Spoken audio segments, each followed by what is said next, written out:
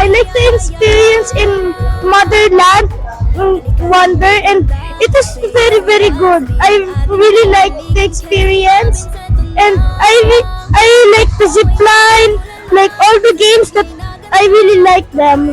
They're so fun. My favorite one is can be the zip line or yung Gaia, yung and the bubble po. Thank you po. That's all my feedback. Experience. How's our experience? Absolutely fun and worth the travel kahit malayo. Very, very good production. And may pasabog sa dulo. So, good job. Keep it up. Parang pwede nang pang-distillan ng Pilipinas. This is the best field trip ever. Yeah, best field trip ever daw. Thank you for the experience. Sobrang saya. Saya-saya ng anak ko. Pero ang basa-basa niya kanina.